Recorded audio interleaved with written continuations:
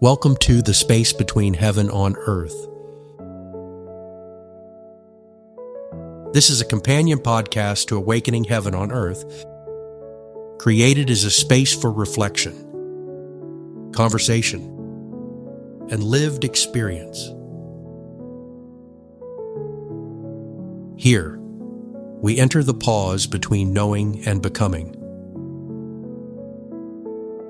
between insight and embodiment,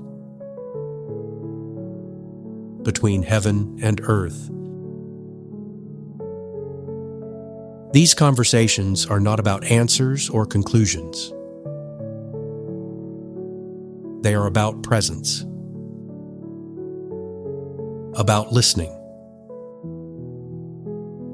about reasoning together, about meeting one another honestly in the unfolding journey of awakening. I'm your host, Sherri Keys. Again, welcome and thank you for entering the space between with us.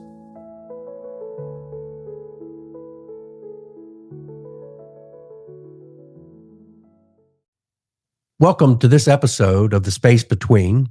In our last episode, we explored what it means to choose unity in our daily lives. And if we're honest, that's not always easy. Because as soon as we begin to live with greater awareness, we often encounter something else: resistance. This episode is called Walking Through Resistance. Not avoiding it, not fighting it, but learning how to move through it with awareness. Resistance can show up in many different ways, in our thoughts, in our emotions, in our relationships, and even in how others respond to the changes we're making. I'm grateful to be joined today by my son Joel, by my dear friends Joe and Sherri, as we continue to explore what resistance looks like in our lives and how we can meet it with presence and consciousness rather than fear. So to begin, I want to ask each one of you to just share a little bit. What does resistance feel like to you personally? So resistance to me isn't a sign that something is wrong. It's more a sign that something is changing. And now I usually recognize resistance not as a thought first, but as a feeling, a tension, a hesitation, a subtle pulling back into old habits. And sometimes it shows up as overthinking, sometimes as avoidance. It's something that in me that doesn't want to move forward, even if I consciously want to. So resistance feels kind of like a friction between what I know and what I'm ready to bring forth in my life, and that can look lots of different ways. You know, if you're offered something and it just feels uncomfortable, that's resistance. And sometimes if you just allow yourself to say yes instead of automatically saying no, you never know what that point or what that offer is going to bring forth in your life. Something small could turn into something absolutely substantial. So it's not always something, big and loud. It's just sometimes you just notice it within yourself, and where it feels uncomfortable, you're like, I'm just gonna say no. Sometimes it's like if you just say yes, it may open you up into something completely amazing. So to me, resistance isn't always a negative thing either, right? Sometimes it makes you just slow down a little bit. It's a moment to pause and kind of think. Maybe it's something that makes you see that there's more than one path. Maybe there's another path. Maybe it is just that moment to think, is this the right thing to be doing? But maybe sometimes it is a notice to slow down and recognize maybe you're not doing the right thing as well. So for me, it's just a pause. Stop, look around, take a moment for maybe some situational awareness and realize maybe I'm doing the right thing, maybe I'm not, but stop and take note of things before you advance. For me, resistance is my ability to just deal with my internal thoughts about how to embrace change. It's interesting that my whole career has just been around being a change agent, and just being able to be in that space and be aware of the growth of change. That change is not a point in life that is a bad thing. It's actually a really good thing. That there's so much to be appreciative of in life, if you just allow yourself to be open to change and differences and opportunities. So for me, it's just an opportunity to grow and to be a better me. So I have to say that just because of who I am, I have dealt with an entire life of change and just being different. I'm a different kind of person than many, and I recognize that. And that was a first part of my awakening, was the understanding that, I have a very unique personality. I have a very unique way of dealing with the world and seeing the world and the things in the world. And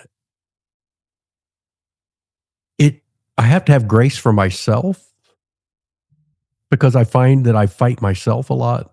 So the resistance is both internal and it's external. We're going to talk about that, I think, throughout this podcast. A lot of it starts internal.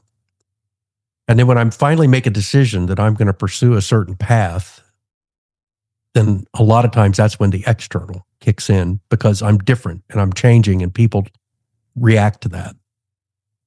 And it can be people that are close to me, family, it could be work, it could be any number of places where I'm interacting with people. So I find that it tends to be with me, because I'm an introvert, first of all, I make the decision internally to pursue a change or to pursue a different path. I fight the internal resistance first. Once I make that decision and I start actually taking action on it, that's when I start to face the external resistance. And I'm learning to be both gracious internally and to be gracious externally, because it's hard. Change is hard. We know people struggle with change. It's a big part of the work we do in our career is change management. And to recognize that anytime somebody is starting to go a different path that people are not familiar with or comfortable with, it's going to cause discomfort. It's going to cause questions.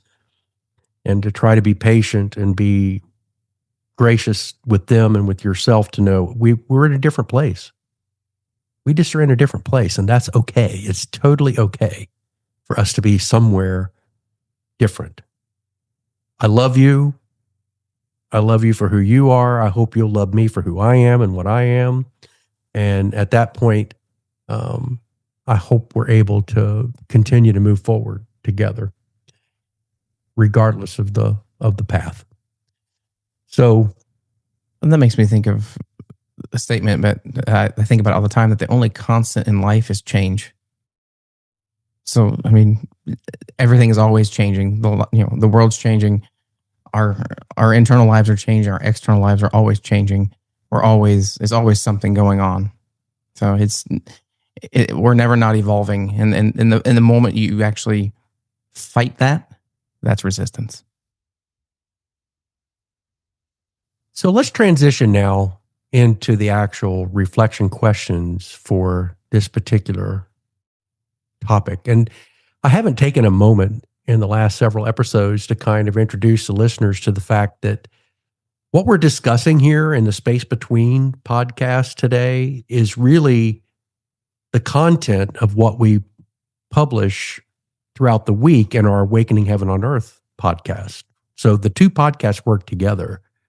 The Awakening Heaven on Earth podcast is designed for us to share the general content of our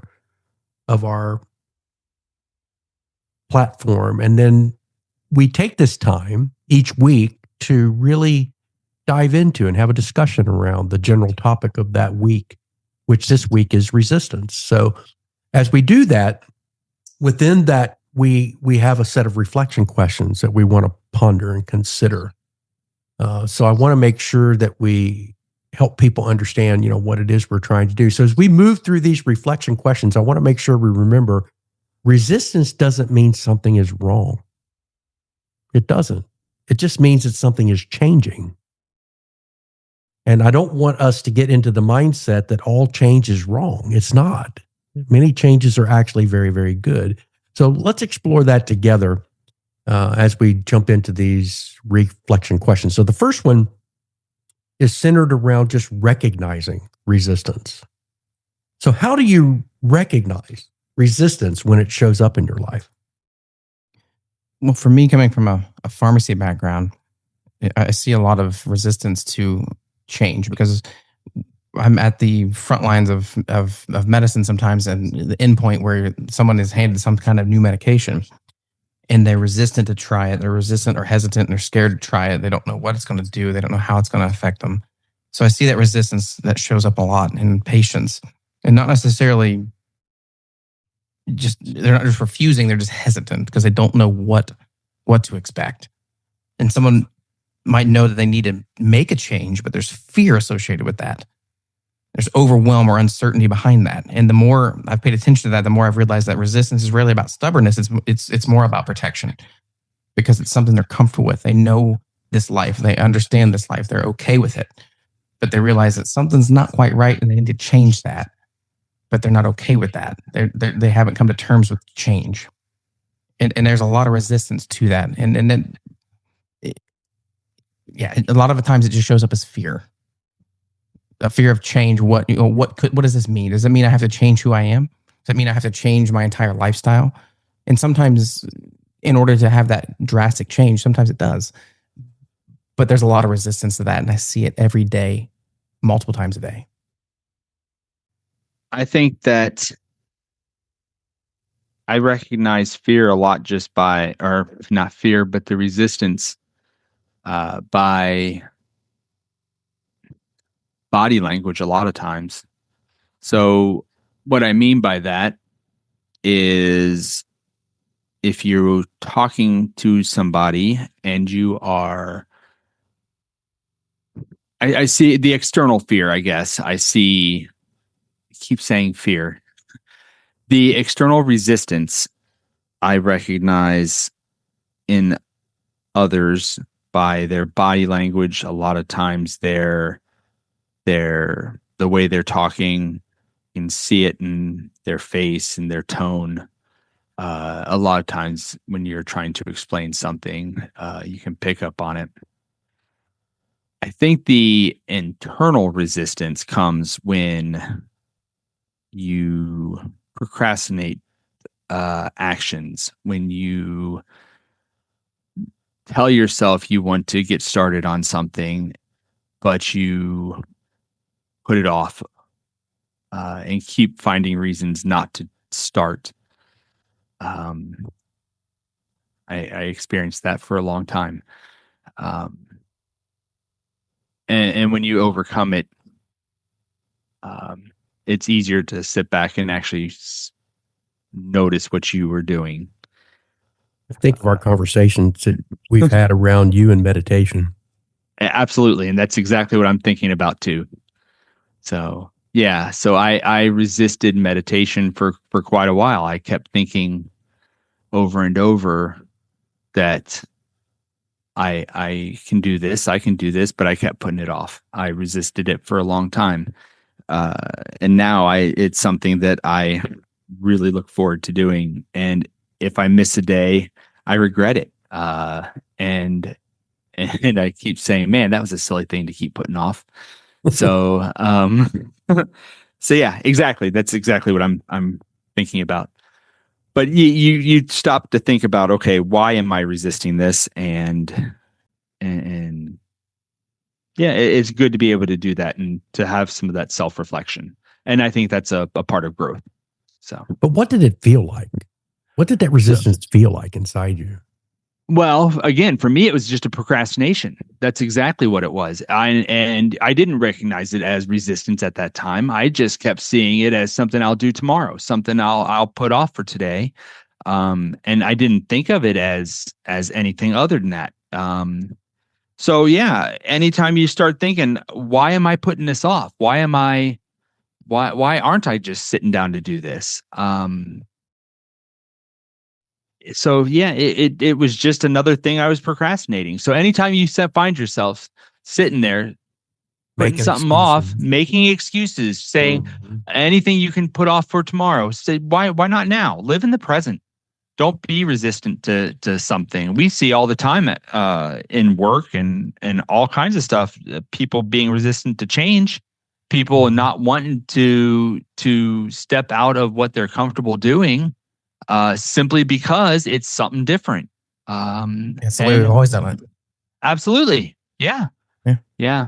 Yeah, that I can't do that. That's not how we do things around here. Mhm. That's just not the way we do this. Yeah, fear of the unknown in many cases, right? Yeah, they're just resistant to change, and there's no need for that. It's the only constant. That's right. That's right. So yeah, it feels a lot like procrastination to me. Yeah, or fear, right? A lot of times you can see it as fear of the unknown. Yeah. That drives a lot. So professionally, my career has been around being a change agent, and to basically have an opportunity to see organizations and resources pretty much be really resistant to that. And it's not a bad thing. It's just like everyone says, it's, the unknown, it's different. What we do know about change is difficult. And in some cases, it takes a long time, but it's not a bad thing. Personally, my experience with change is really around the transitioning from being just solely just mom to living in a space where I've got to be mom and best friend and trusting in the fact that, my young adults are at, they're going to make those decisions, good, bad, and indifference. There's no bad decision. It's just the one you make at the time you're doing it.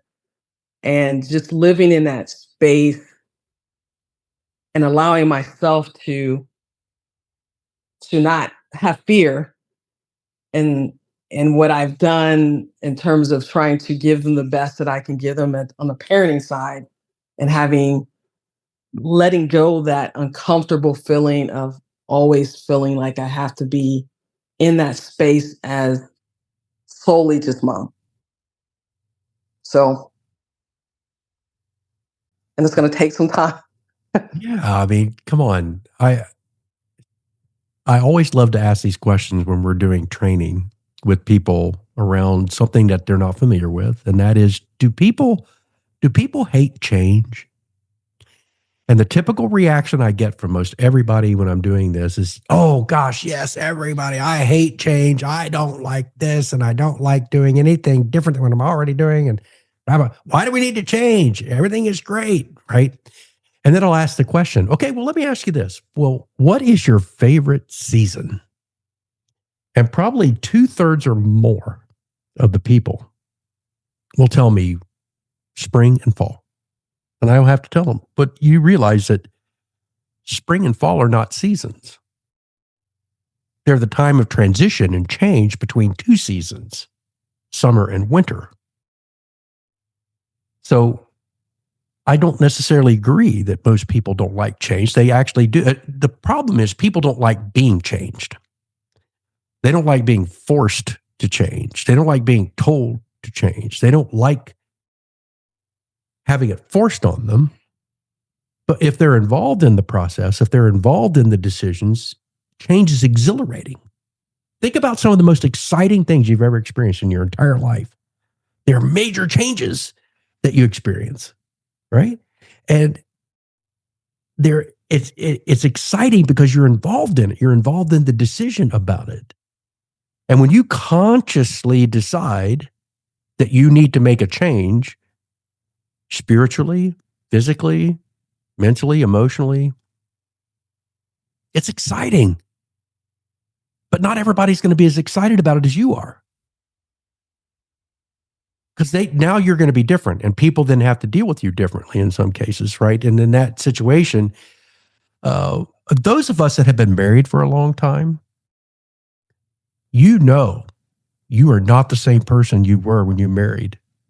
And the person you married is not the same person you married. We have all gone through all these dynamic changes as people individually.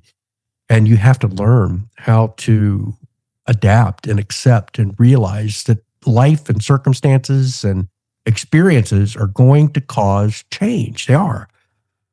Some are going to be easier, some are going to be harder. But I think the great lesson for all of us in all of that is to ask the question, what am I learning? What am I learning through this change? Is this change moving me further on my journey? Is this helping me become my higher and true self in my experience? And sometimes you just have to deal with the fact that people are going to resist and push through it.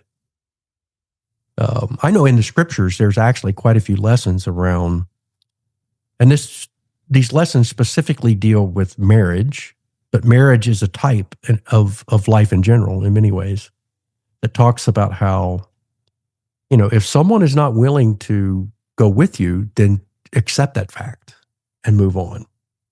People come into our life for seasons. Some are there for long periods. Some are there for short periods.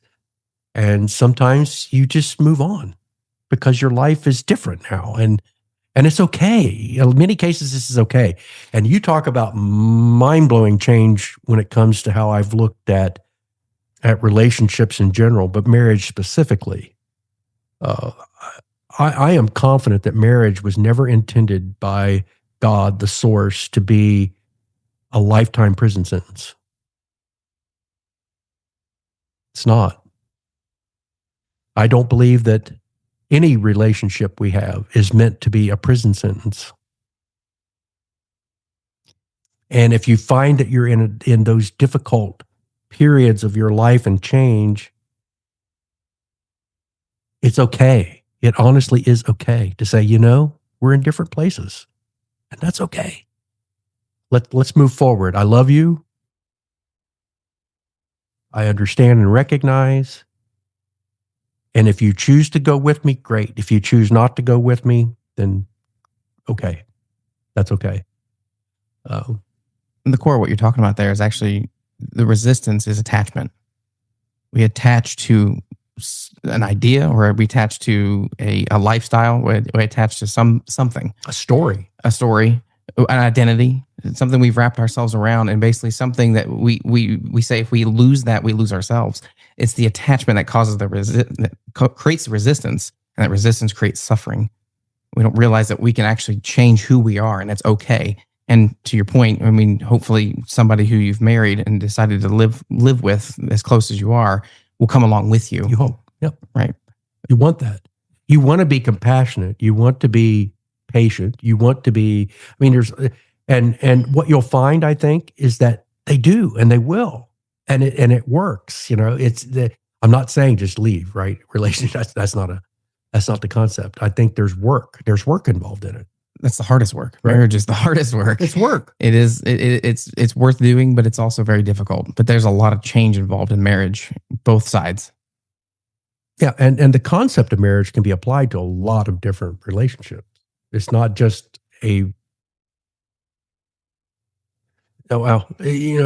I know people who are married to their jobs. I know people who are married to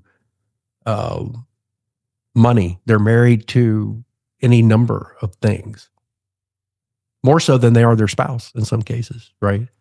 But if you work and you work with patience and you work with love, all the things we've been talking about throughout all these different podcasts, I think you'll find that if you do the inner work, it will influence and impact those around you dramatically, right? You can't make people do anything or believe in it. You have to you impact them by what you do and how you react and how you behave and how you believe and how you see the world. We create our own realities. I think that's a really important point. Right. You can't force change. You have to be the change, be the example of change in order to drive it. So, change happens, as we've already mentioned, internally and externally. So have you noticed differences between resistance that comes from within, like doubts or fear? Joe, you talked about fear already. And resistance that comes from others or the world around you. Well, Joe, to your point, external resistance is usually easier to see. Internal resistance is usually what sustains it, though. So I've noticed that what looks like external resistance often mirrors what's going on internally. So even when the whole world pushes back, there's usually something in me that's reacting to it. That's either fear or doubt or a need for certainty. It's wanting to find myself in what's my external world. And it gets really uncomfortable when there's dissonance. But it's okay. So basically the external world usually mirrors the internal world. So if you find something that is pushing against you or making you uncomfortable or making some kind of resistance, it's usually something inside you that you're needed to work on. It's showing you what work you have to do. That is what you need to go, not necessarily around. It's not. So one of my favorite Buddhist sayings is basically the path or the stone in the way is not necessarily an obstacle. It is the way. It's something you have to basically work through. So in order to get around that resistance, you have to work through it. And it will continue to show itself until you do. Well, and some of that too is when you work out what is going on inside, it will directly influence what is happening externally as well. And that's because what's going on externally is directly influencing what's happening internally. They're connected. It's part of that duality, right? So by fixing one, you're directly affecting the other. So I think that's important. I guess for me, I feel like we're constantly in a mode of change. I think we might have said that already. I mean, life is changing. It would be unrealistic to think that as we're going through this, we're not changing as human beings. I mean, the person I am today is not the person I was 10 years ago, 5, 2, 3, 4. I mean, it's different. Like I said, the transition from, solely mom to mom and best friend, just the growth of the marriage, the wisdom that, you accumulate over the years, how you view things, what you like to eat, all these things, my taste, my favorite color. You're constantly in this flow of change, and it's good. It's not bad. Change is not bad. It's just how you deal with it. And when I think about external changes, for me, externally, I feel like I can deal with those things better. They're not always pleasant and they're hard, but I think that there's things that you see and then you're preparing yourself to deal with those. It's just the internal changes I feel like are a little more challenging. Well, let me say that. The internal changes, I said that actually backwards. The internal changes are ones I think I can deal with because I'm in control of my own, state of being, and I have the ability to understand kind of how I want to move forward and not in terms of interacting and managing feelings and thoughts. The external noise or opportunities that are presented in my life become, a lot, not as I don't have as much control over those, and those become a little more challenging because they're being driven. And I think Joe said that, and Joel said that, both of you guys, or I guess the whole conversation was around that. They're being driven by other people and their thoughts and what they feel and where the changes and things that's happened in their lives or things they're holding on to. And so for those, I feel like I've got to equip myself better and understanding and reading the crowd and reading the situation and taking and giving grace always to where I need to give that grace to in order to deal with those changes. I think though it's sometimes harder to recognize the resistance inside though. So while I agree with you totally there, Sherri, I still think that it's sometimes harder to deal with the external ones, but sometimes it's harder to recognize an internal resistance because you're not seeing it necessarily as a resistance right away. Yeah, let me jump in real quick. I think we've touched on this in a couple of the other podcasts, the concept of the Hermetic principle of as within, so without. Mm-hmm. And most people really struggle with going inside themselves and being honest about what they may be contributing to a particular situation. It's so much easier to blame everybody else outside of you and think they all need to change or that they need to do something. We've built religions around it. It's an interesting concept. Yeah. Right? Yeah. And so the Hermetic principle of correspondence, which says as above, so below, as within, so without. When I'm looking at my outer circumstances and I'm not pleased or happy with what I'm experiencing, I have to come to the understanding that I am creating this reality by how I'm thinking and what I'm feeling. I create that. Now, that's a really difficult pill to swallow. So in the Matrix, you can choose this pill or you can choose that pill. And in most cases, we choose to think everybody around me needs to change. It's not my fault. It's not anything I'm doing. It's not anything I'm thinking that might be causing all this. And the resistance may be external because I'm having internal resistance that I'm not willing to deal with. I'm not willing to acknowledge the fact that I'm having this internal dissonance. I think you used the term dissonance, which in psychology is cognitive dissonance.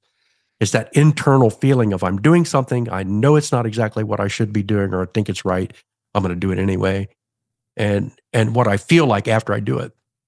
And so when I know I should think a certain way or feel a certain way or behave a certain way and I don't, that internal resistance, a lot of times we will project that outward and we'll look for opportunities to see that resistance in other people and we then project that on them.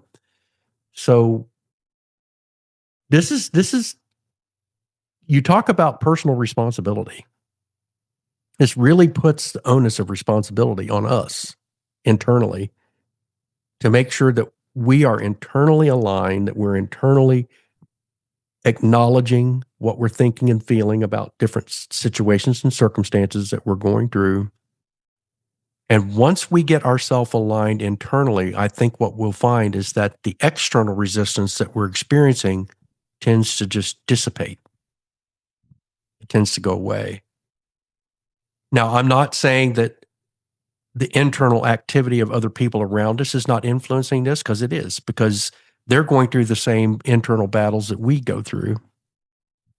And they will project on us as we project on them, which is what makes life so interesting and complicated, quite honestly. It's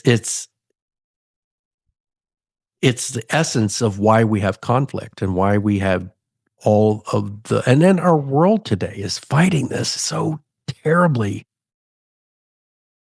And I think we're going through what we're going through as a world right now to cause us to stop and say, wait a minute, things don't have to be this way. And if things are going to be different, it needs to start with me. It all has to start with me. But the only person, to Sherri's point, that we have any control over is me. Right? But you've hit the nail on the head that a lot of people don't want to take accountability for themselves. I mean, we have basically an entire religion setup where basically we externalize all of that. We don't take responsibility. We let everything else take care of it for us. We've outsourced it. We've outsourced it to say this person's going to do it for me, because that way I don't have to do anything about this. I don't have to be responsible. I don't have to take accountability. That's the root of the problem. If people would literally find a way to change themselves internally, take the time to be okay with themselves and change themselves, the world would change overnight. So how do we teach our children this? I'm That's the thinking about gist. how do we raise children from the beginning to recognize the power that they have, the ability to see themselves as they truly are. It would change the world in a generation. When that's what the Dalai Lama basically said, is if you can teach an 8-year-old to meditate, go inside themselves, and the world would change literally in a generation. In a generation. I was just going to say, children come into this world with very pure, with the life is good, no thoughts about how everything should be, or who should be this, or where we should be. They are very much, they're innocent, We and teach them we these things. teach them these things, and exactly, we teach them these things. We teach them. We We teach need to them. stop. Yes, We need to stop. We In need many to stop cases, it. I think they need to teach us. We said that. We need to learn from them. Absolutely. So there's a lot of old patterns, right? There's a lot of habits that tend to reappear, stories that we keep telling ourselves. And when we begin to grow, when we begin to grow or change, how do we deal with these old patterns that pop up and try to draw us back into where we were as opposed to going forward? When I start to grow or shift, old patterns tend to appear automatically, almost automatically. And I think that's done by design. It's testing you. It's showing you this is what you need to work on. It's not necessarily a bad thing, but we always tend to find, we try to reach for something familiar, something comfortable, something we're used to. And all that is conditioned programming, just like we're talking about. We're talking about something we've been taught, something we don't have to do and think on our own. We basically just automatically react. And that's the problem. We've basically been downloaded a program that isn't working, but we don't know any different until we actually start questioning, why am I doing that? Why am I acting that way? Why am I responding to this stimulus in this manner? So the only way you can actually change that is to actually, one, be aware of it, and two, do something different than what you feel like you're going to do. And it's hard. It's not easy, because to basically drive off of a program, you don't have to think about it. It's unreal what we do every day without even thinking about it. We just go through the motions. Your mind is incredibly powerful. And we've said before, it's an incredible tool, but it's a terrible master. It does not do what you want it to do. It can do whatever it's programmed to do. That's not your fault, but it's not easy to see. It's not easy to change. So it may look like overthinking. It may look like needing to have control over a situation, or going back to habits that feel safe, even if they're limiting. That's just it. We limit ourselves. We don't allow ourselves to open up to that. We limit ourselves by just defaulting to that program. It's not, we've said it many times, it's sometimes simple, but not easy. So old patterns are going to show up all the time. And until you learn to notice them and be aware of them, nothing will change. That is the first step. And that is the most important step. And that's what this podcast is all about, is to get you to be aware of that old programming, that old conditioning, and make it different. Do something different. If it's not working, why? Do something different. Change. It's not easy, but change is necessary to be better. We're always evolving. Continue to evolve. Keep asking questions. Always change. Ditto. No. That was profound. That is an absolute compliment. Thank you. Yeah. I mean, yeah, you had to stop and also realize what you're doing, right? Realize that you're falling into the same habits, and stop. Create new habits. But it's so comfortable. Sure it is. Yeah. Easy. I'm so It's comfortable easy. here. This is so easy. Yeah. I'm in this hairball and it's warm and it's fuzzy and I don't have to do anything different. And Yeah. people just, they all need to change. I don't need to change. If only it was that easy, right? But it's not. Change is hard. That's why it's so good. It hurts so good. It Isn't there a hurts so song? good. I think there's a great song about that. It hurts so good. You guys are killing me. So for me, I mean, again, I keep going back to I can internally, I can control what is going on internally with me because other than God, I know me better than anyone else. And I know the good, bad, and the ugly because I'm dealing with it every day in me. The fortunate part for me, I think I come with a good place. Like I really have a big heart. And I think that I really don't give myself a lot of grace.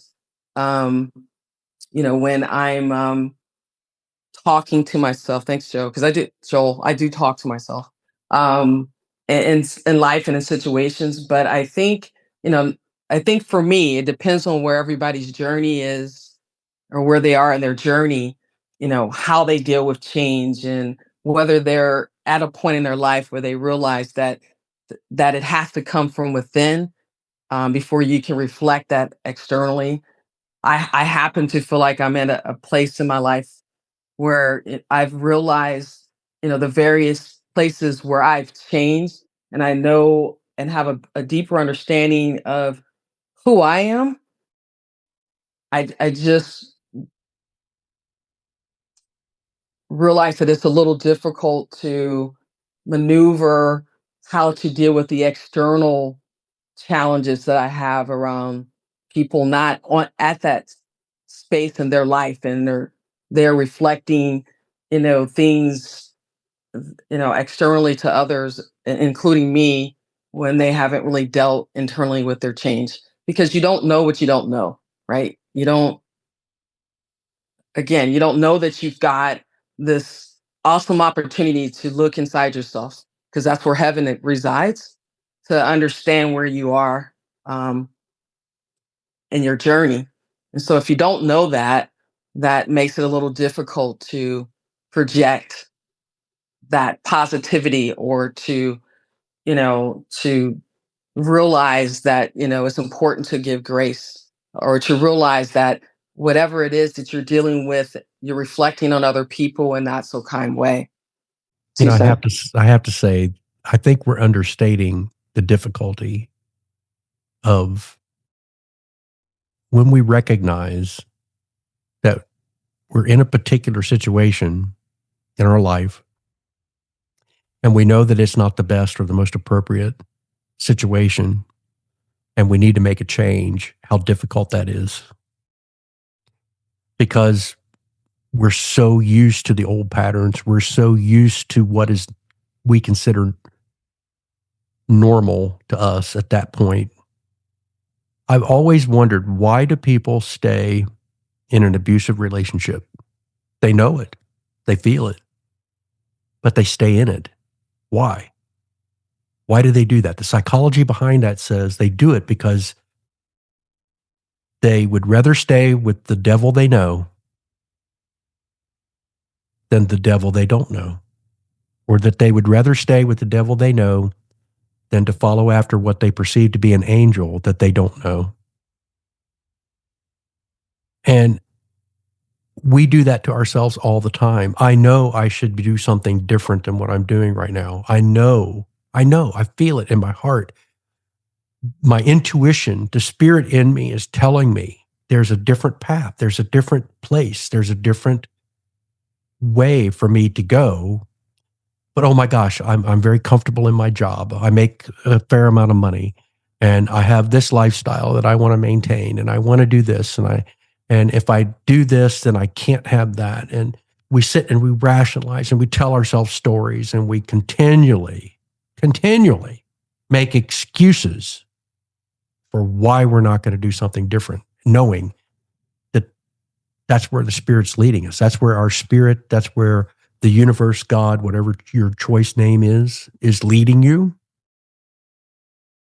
we choose to stay in our stuck old patterns.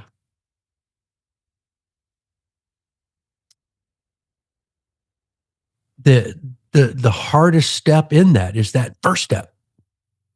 I know personally, I mean, I'm going through this right now as I'm making a decision to retire and leave a job, leave a life I've known for many years, because I feel that I'm being led to go in a different direction.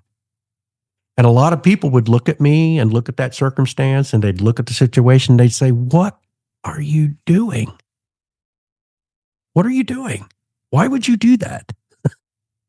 You have no idea where this is going to go, but you know where you are, and you know what you've got, and you know what."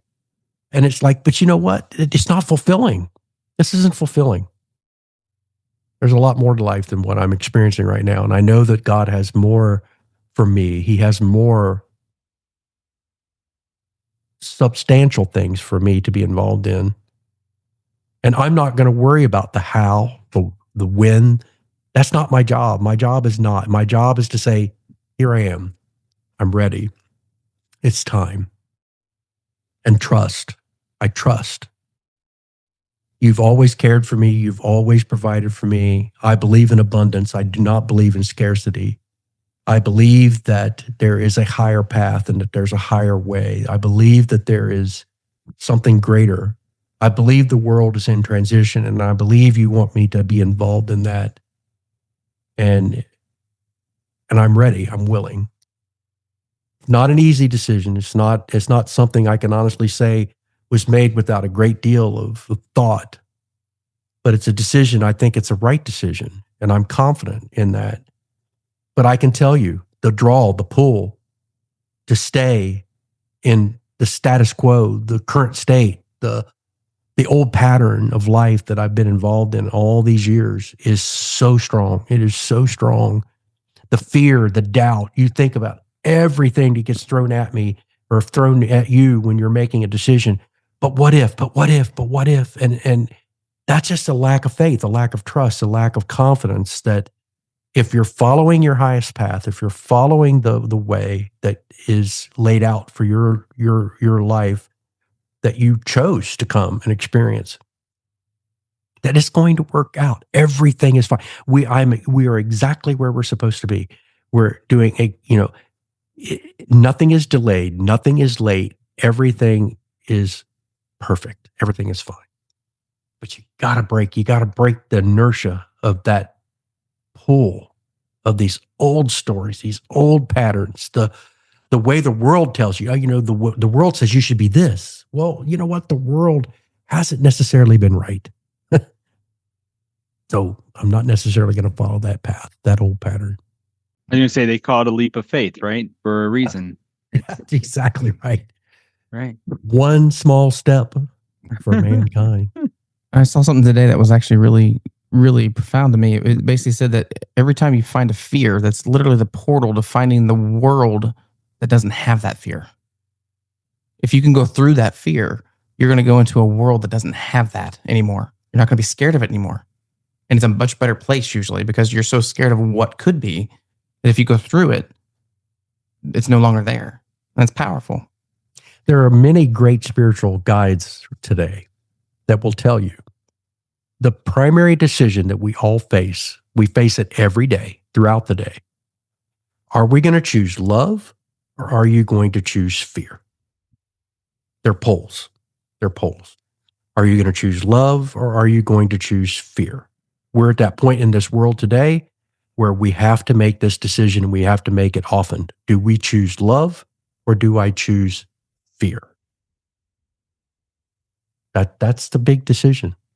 The next series, the next season of our podcast after this unity season is going to be love. It's love. And the whole concept of that is, do I choose love or do I choose fear? And it's exciting, I think, as we build toward that with these discussions. Before we go on, I've got to add two things. One, it's a pharmacist joke because Sherri said that she talks to herself. And as a pharmacist, we always joke that there's medicine for that. Got to add that in there as a pharmacist. Thanks, Second, Joel. you're right. You're good. I had to throw that in there. It was too good, too juicy not to pass up. Second thing was, you mentioned that the first step is always the hardest in change, and that makes me think, as I always do, to song lyrics, and it's a Dave Matthews Band lyric. To change the world, you start with one step, and however small, the first step is hardest of all. Had to share that, because that really is true. And no matter how small the step is, it is always the hardest. Once you start going, you build that inertia that you talk about. The momentum. You throw in that physics statement. Once you start moving in that direction, it's hard to stop it. But in order to get something moving, you've got to actually take that first step and get the momentum going. I am quite confident, as I've gone through this transition over the last few months, that the universe is waiting for me. God is waiting for me to make a commitment. And when you make that commitment, He is willing and able to provide for you in ways that are exceeding abundantly above all that you could ever ask or think. And I am confident that that's the right decision, because I feel it. I feel it in my heart. I feel it in my soul. And I know that that there's a purpose behind the work that we're doing here, and that it's going to feed a multitude. It may just be a few loaves and fishes, but it's going to feed a multitude. And it's not up to me to make that decision. My job is to provide the loaves and fishes and just give them, and let the universe take them and do with them as they see fit. So I have to say, there's a significant amount of emotion tied up in all this, right? So how do you typically respond to discomfort or uncertainty? As these things shift over time. All this shifts over time. And it's an amazing thing to me as we deal with resistance. How do you deal with it? Do you deal with it emotionally? Do you stop and process it effectively, or how do you handle it? For me, the emotional response is a huge part of me, because the discomfort isn't always the problem of this. It's the reaction to it that usually is the problem.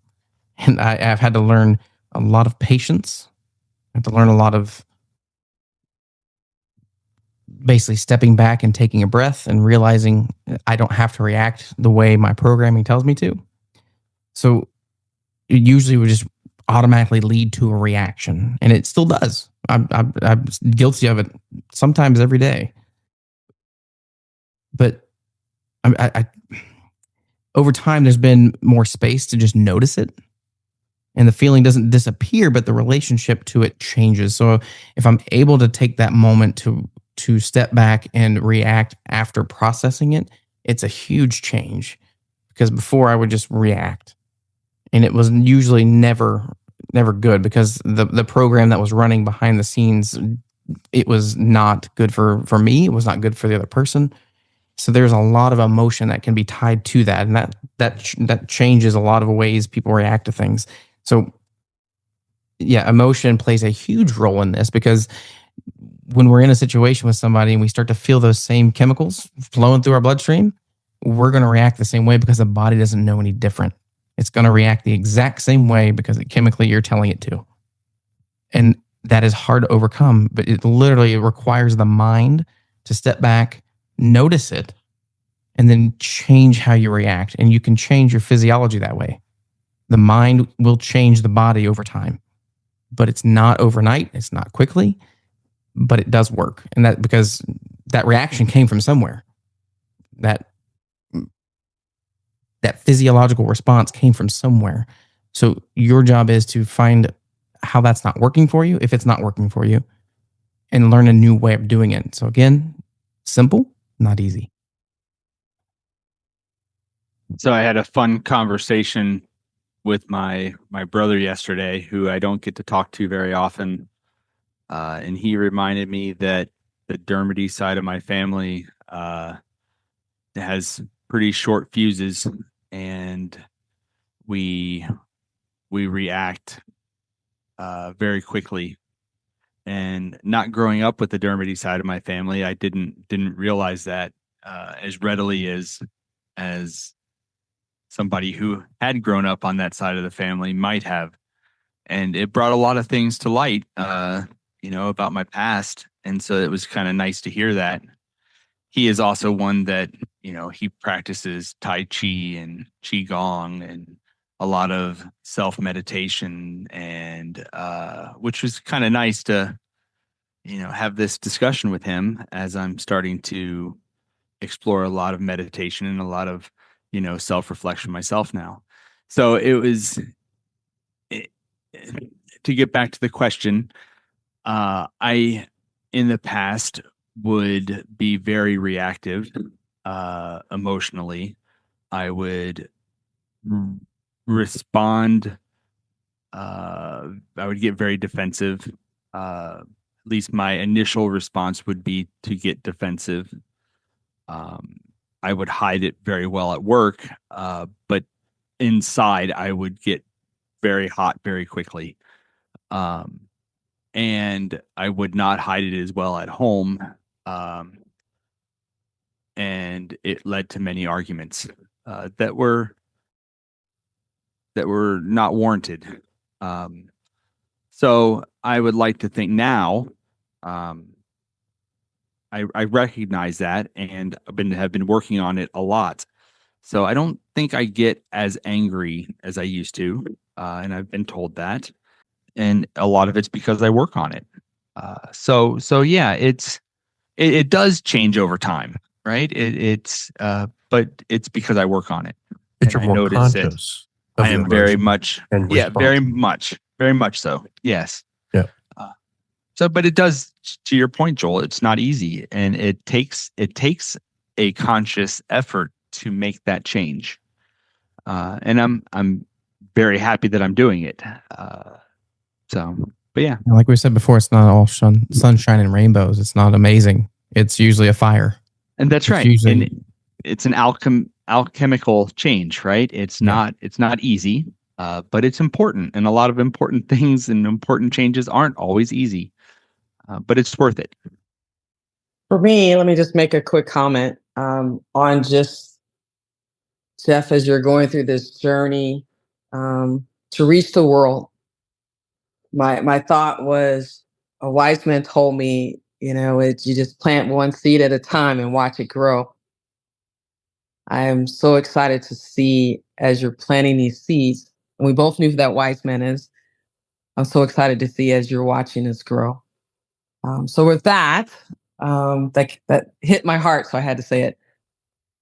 For me, and I don't always get this right? I think it's human nature that you're going to react when you're faced with something.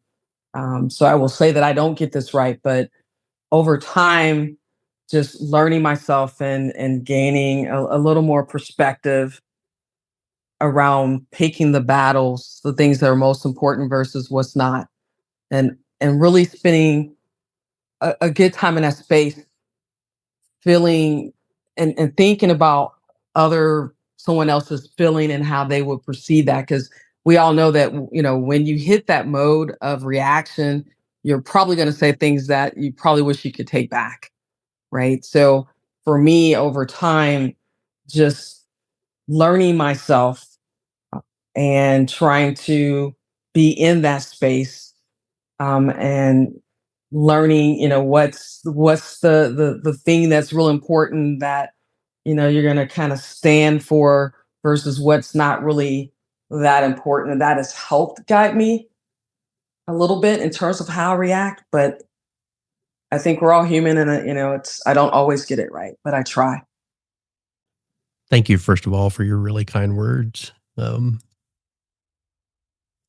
I think one of the biggest issues when it comes to how we respond emotionally to things is the fact that we all often want to be right.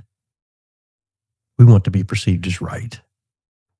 And that puts us in a situation where if the other person has a different position or opinion or in a different place, that means if we're right, they have to be wrong. And then all of a sudden we have conflict. And then all of a sudden we've got an emotional discussion. And then all of a sudden it escalates. And, there's a wonderful scripture that talks about how a soft answer turns away wrath. When someone comes at you very strongly or very emotionally in a resistant way, how you respond to them can totally diffuse that.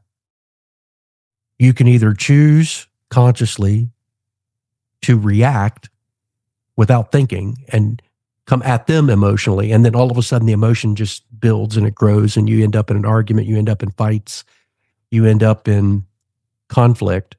Or you can consciously choose to say, how do I respond in a soft way, recognizing and acknowledging that this is simply a fact. We are in different places. And you know what? That's okay. It is totally okay. I love you. It's okay that we're in a different place. And I just want you to know that I'm going to continue to move forward if I can. And if you will go with me, I would love that. But this is where we are. And we have to be okay with that. And unfortunately in our world, that's just not how people are. They have to be right. It's more important to be right than it is to be at peace.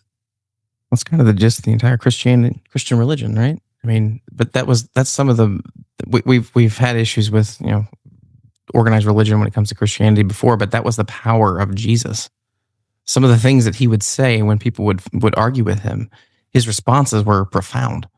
They were either soft or he responded to their questions with a question to make them go internally and realize, wait a second, who are you? Where is this coming from? And that's the power of that person who was Jesus. And there's absolutely still power in everything he was. So, yeah, well, that's why anybody who listens to our work, if they have the idea that we have walked away from Jesus, that we don't believe in Jesus. Not at all. I've said this before. I probably believe in Jesus more. I find him to be more profound, more powerful, more influential than I ever have. Yep. I'm getting goosebumps actually as I sit here and say this. Yep.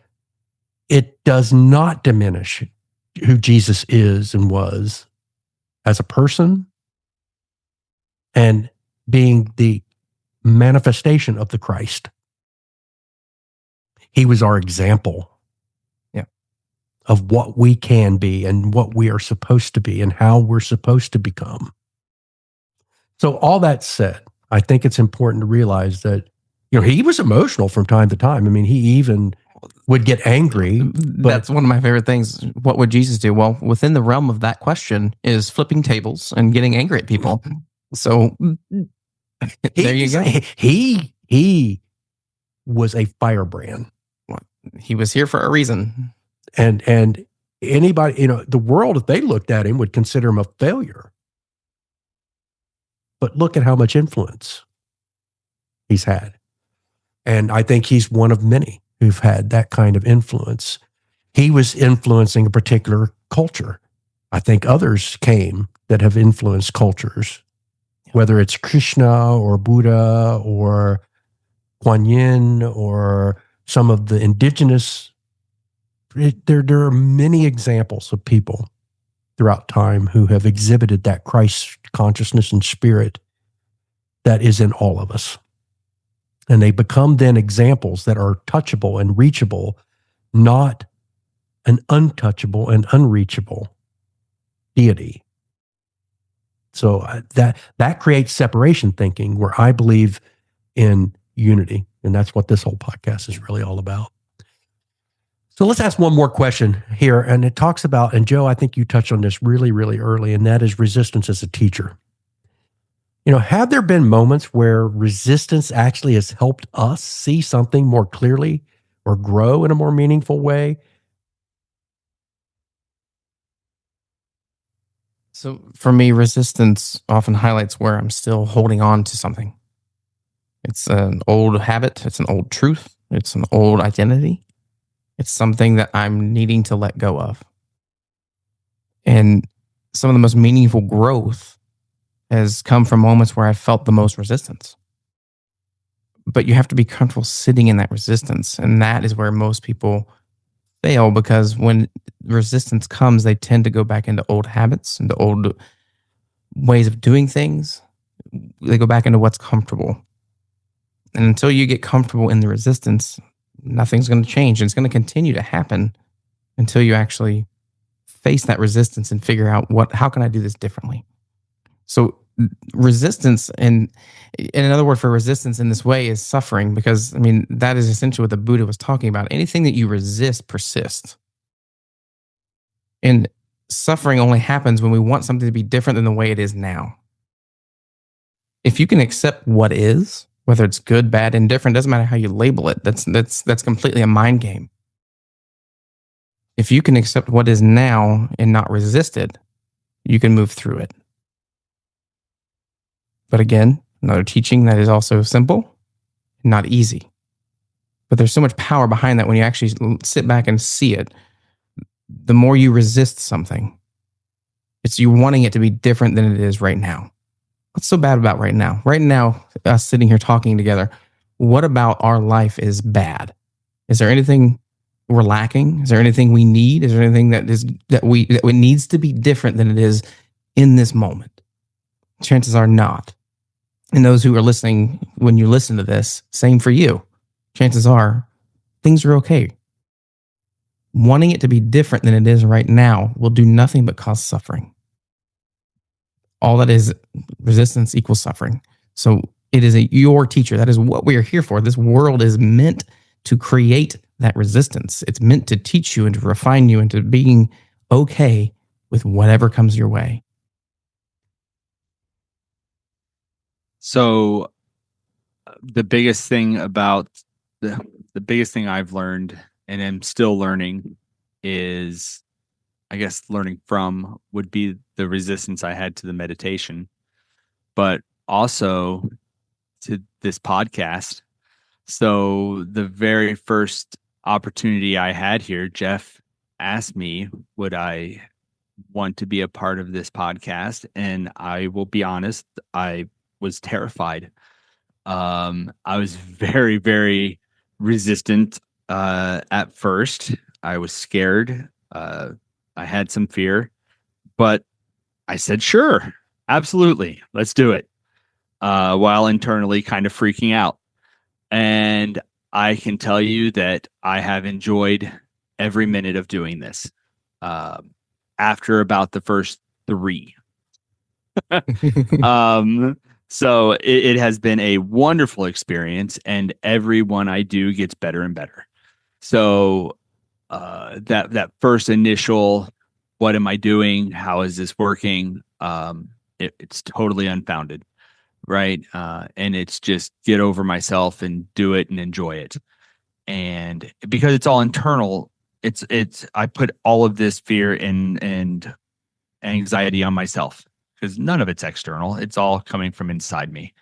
And because of that, and the same thing about the meditation, everything. And because of that, I sit now and I think about it, and almost every single bit of resistance is put there by me and by my brain. So even today, my Reiki teacher put on me and to go out and find a couple people to practice Reiki on. I'm in Reiki 2 now, and this is also freaking me out a little bit because it's my first step. It's my next step, right, in this journey, and a step that I volunteered to take. Nobody's making me do this. This is something that I want to do, that I'm excited about doing. And yet it's the next big step that I am thinking about, but I have to overcome. And we talk about it afterwards, and she's like, yeah, I push you a little bit. I said, I know, and I appreciate it. And I do. I truly appreciate it when the logical brain kicks in and thinks about it. So for anybody listening, and for everybody that's taking part of this, just remember, most of the things that you are fearful of and that you are resisting, we're putting it on ourselves. and don't be fearful of this. This is something that is meant to be. We're here to learn and get over ourselves and move on. It will be just fine. I love the statement. Yeah. Get over ourselves. It just makes me think of the Alan Watts quote, which I've quoted many times before, that what the gods intended for play, we take so seriously. Basically the same gist. So we take seriously what the gods intended for play. So Absolutely. Yeah. So I'm working on it. Again, not easy. It's not easy. The logical brain, as we're sitting here talking about it, very easy to talk about. Internally, not so easy to overcome, but I'm working on it. So I guess for me, I'm gonna ditto the Reiki as well. So I did the Reiki level 1. I intentionally didn't really dig into more about it because I really wanted to allow the experience to move me in a different way of understanding. And I was a little skeptical, just in terms of how it would move me and how it would just make me feel in the moment, and some of the benefits that I was provided in tools.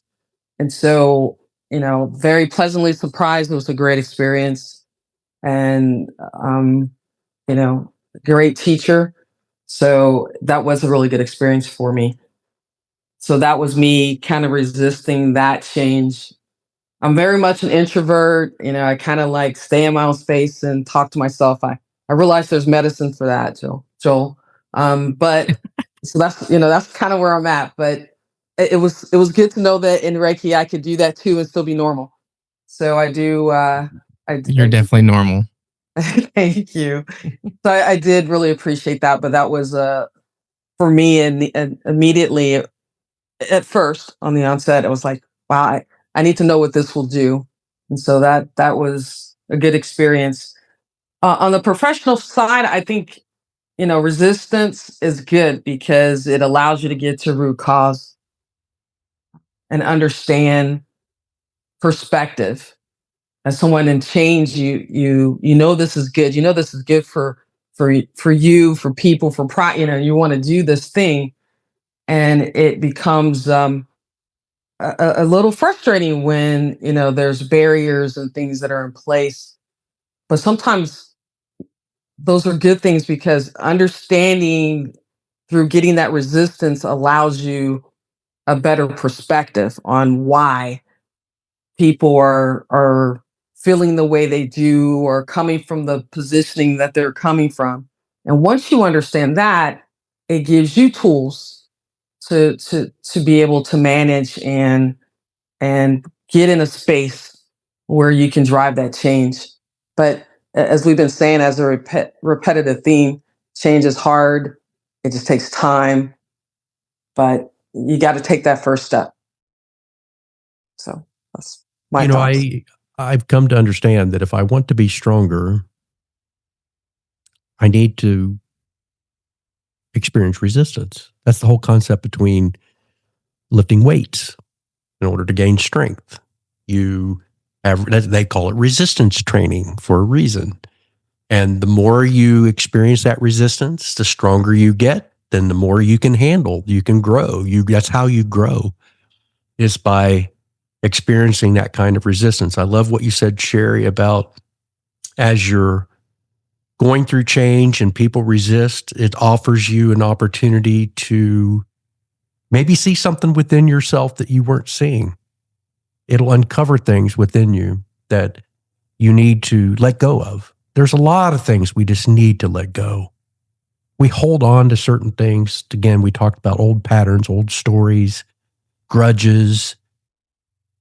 I mean, it's the whole idea behind why we have depression. Depression is an excessive focus on the past.